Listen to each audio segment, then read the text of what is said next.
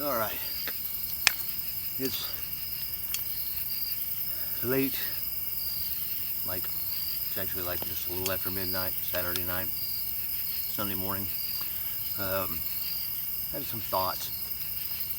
I wasn't going to do a video, wasn't even going to talk about this. I mean, so many people already are, but you know, the shooting in Kenosha, Kyle Rittenhouse, the whole works. I wasn't going to talk about this. I wasn't going to do anything about it because, I mean, like I said, so many people are on it. But I did have some thoughts on it, as everybody does, but I'm going to do it from a different aspect. I'm going to do it just on the shooting itself, the actual event of the shooting, not the what led up to it, not the afterwards, not the legalities of it, none of that stuff. None of the stuff everybody's arguing about him being 17 and the criminality of the records of the guys he shot. None of that stuff. I'm just going to focus on the actual shooting itself. And that's what I'm going to do, just that, because I'm not really seeing anybody talk too much about just that point of it. And just those 3 people he shot and what led up, not what led up to it, but the actual event itself. None of the other surrounding, all the other stuff. None of that, just this. The first guy that he shot, the guy that he shot in the head. I've seen the videos, I've watched multiple angles, multiple different videos, things like that. And we're not talking about something being thrown at him, whether it's the plastic bag, the Molotov cocktail, whatever. We're not talking about any of that stuff, just the actual shooting. When he's over there, okay, from a couple of eyewitnesses, because we can't really see, I've never seen anything at this point, any other video come out yet of the event that the first guy was shot, why he was shot, what was going on there. We know that he went after him, but the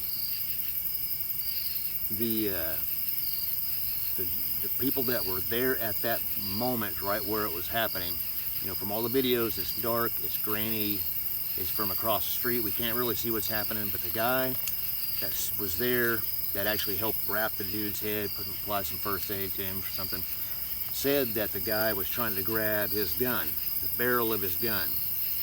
So whether he had the barrel or was grabbing at the barrel, he shot. So, you know, it just, you know, so if he had the barrel and they were fighting it, you know, it's just wherever. Because all 3 of these shootings of these guys, they were off the cuff. They were off the hip, basically.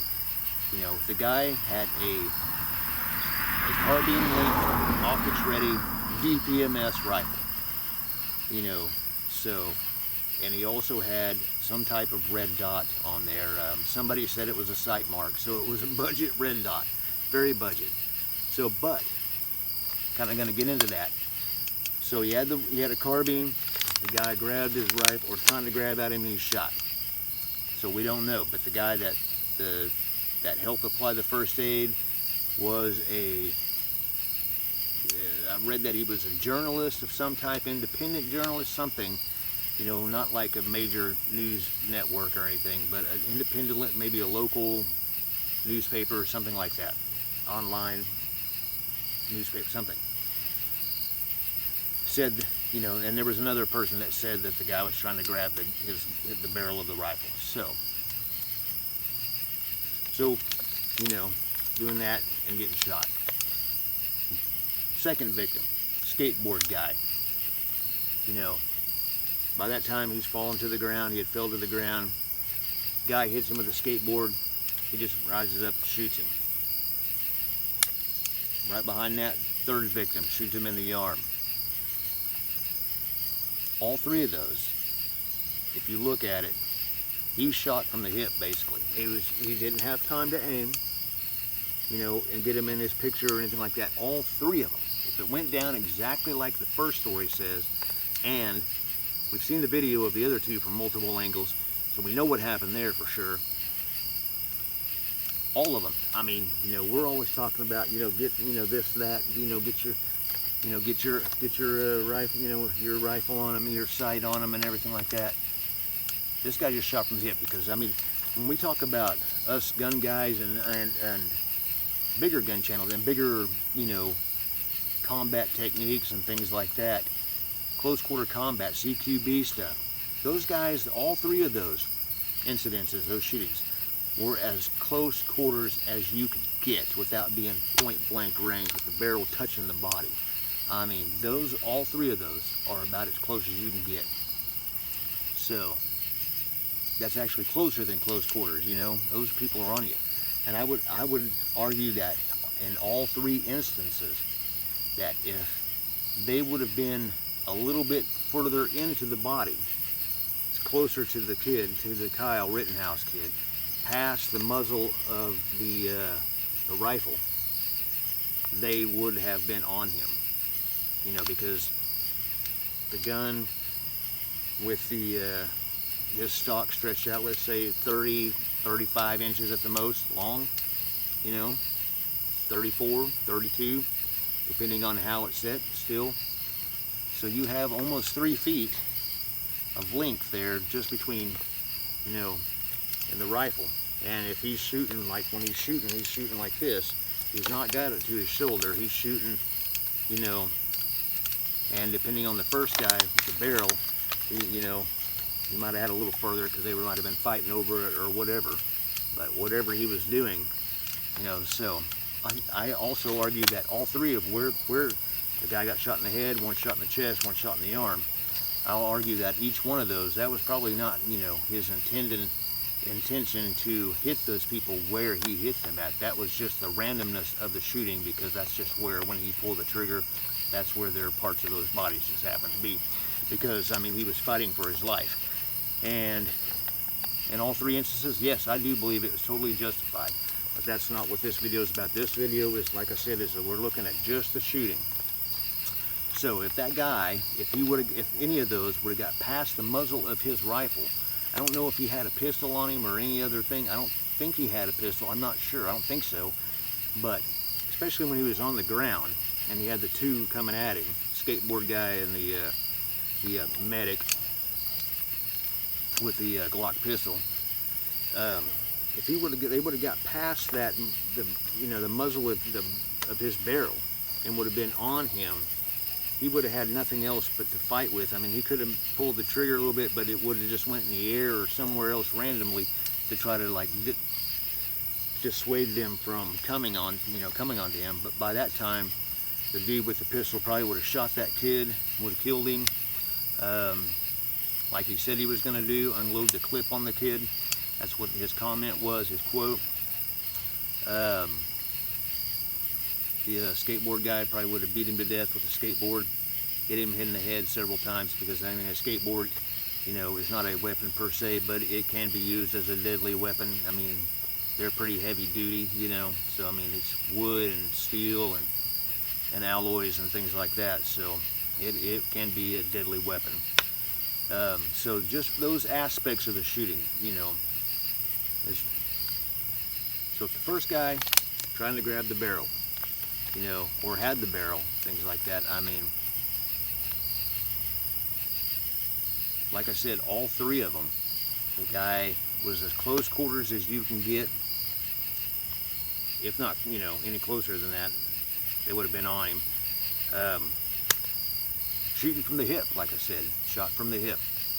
He didn't have time to aim, he didn't have time to anything like that. So he just shot the body, you know, shot wherever.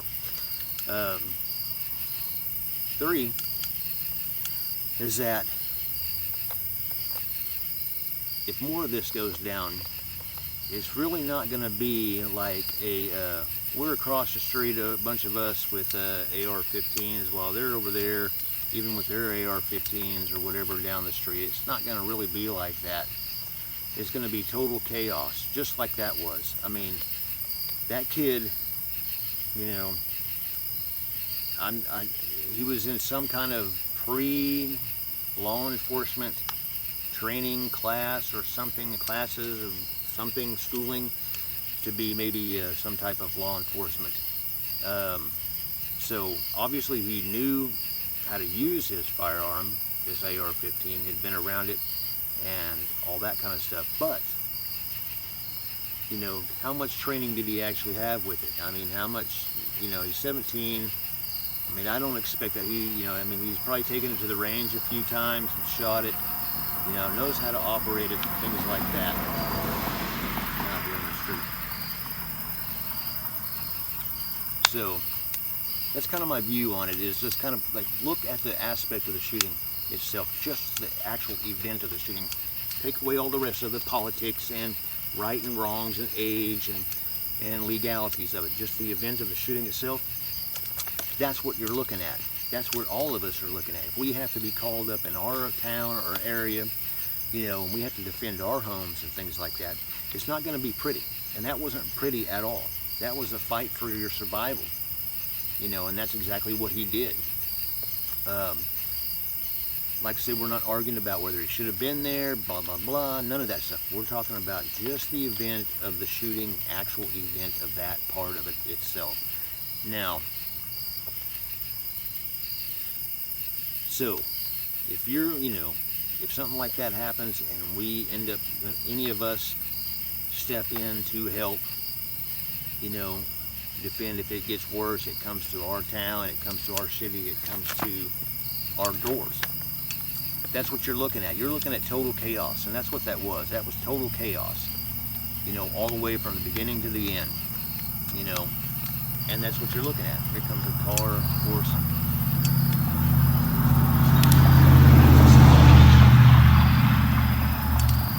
Brian looking at me like I'm crazy, sitting out here talking at midnight, the light on me. But I wanted to do this video. These were some of my thoughts that I had just on this aspect. This guy, he did exactly what he had to do to save his life, you know, so, and that's the aspect I want to look at in the thoughts, because I've not really seen too many people talk about just the actual shooting event itself. They're arguing about everything else about it. So my thing is that I think he was justified for, you know, and justified in every case.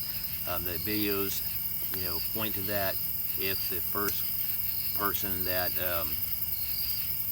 was shot in that story is exactly what they say happened, he's justified, you know, and until something else comes out about it, or another video, you know, from another angle that we have not seen yet, you know, of that moment, a better view of it, then we won't know. So for sure. But that's what I'm saying. I mean, that's the kind of chaos that we're looking at if we're in the streets with these people, if it comes down to it. Because these, I mean, I'm telling you, you know, we are at a civil war. I mean, we're at that point now. I've been saying it, we've been talking about it, a lot of people have been warned about it.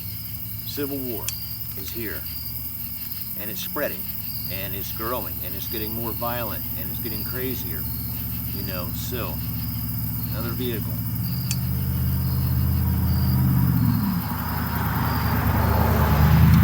So it is here. So we have to be ready for that. And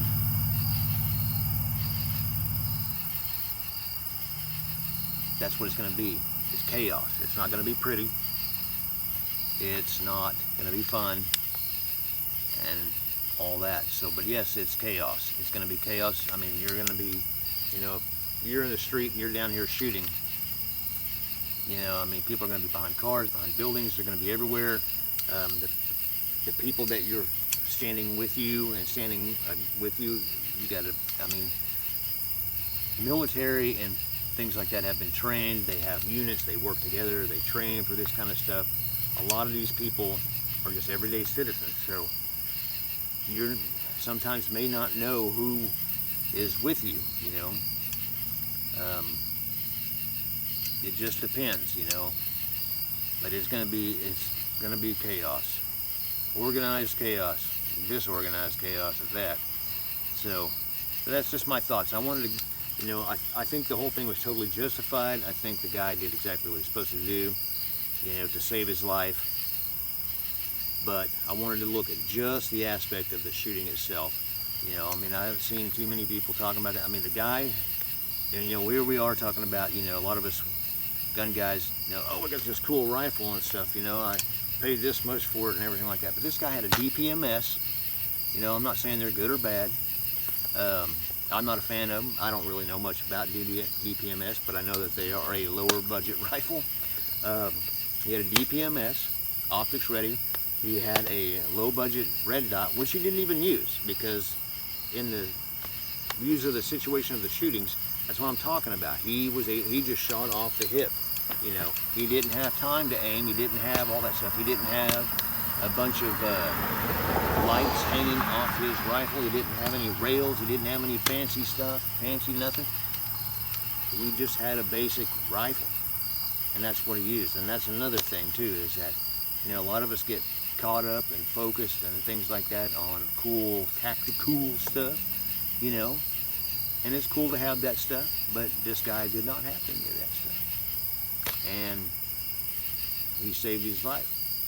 So, and despite what you think about it, or the right and wrongs of it and the legalities, those are the facts of that. You know, just the shooting itself. That's kind of what I wanted to focus on. Anyway, this is kind of half a rambling video. It's hot out here. Just got back from a little evening walk. It's kind of steamy, and it's late, so keep it heavy, guys.